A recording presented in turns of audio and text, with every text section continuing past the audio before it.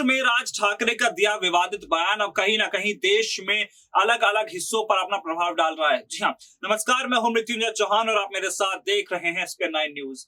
राज ठाकरे के दिए गए बयान के बाद तो सियासी घमासान जारी ही है, बल्कि ये भी देखा जा रहा है कि अलग अलग, चाहे मुस्लिम समुदाय के नेता हो चाहे हिंदू समाज के नेता हो, अलग अलग बयान दे रहे हैं। इसी बीच रामदास अठावले भी, जो केंद्र सरकार में मंत्री भी रहे हैं, उन्होंने भी एक बयान इस बारे में दिया है। रामदास अठावले ने साफ तौर पर कहा है कि जिस तरह से लाउड स्पीकर के मुद्दे को राज ठाकरे ने उठाया वो बेहद गलत था।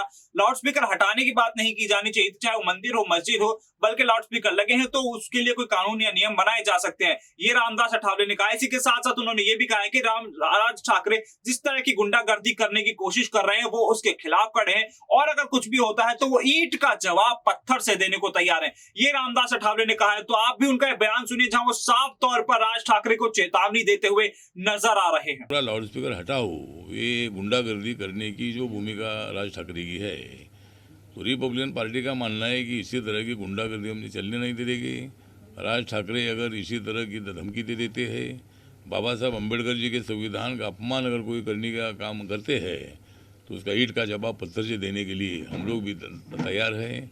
हम हिंदू मुसलमानों में कोई संघर्ष नहीं करना चाहते हैं।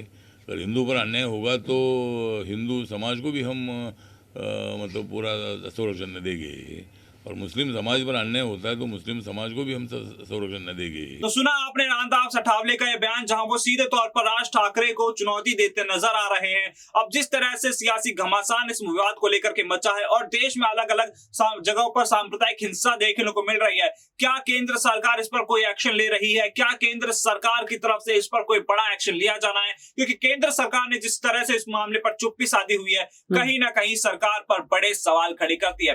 फिलहाल अभी के लिए इतना ही। आप ऐसी तमाम बड़ी खबरों के लिए देखते रहिए स्पेन 9 न्यूज। नमस्कार।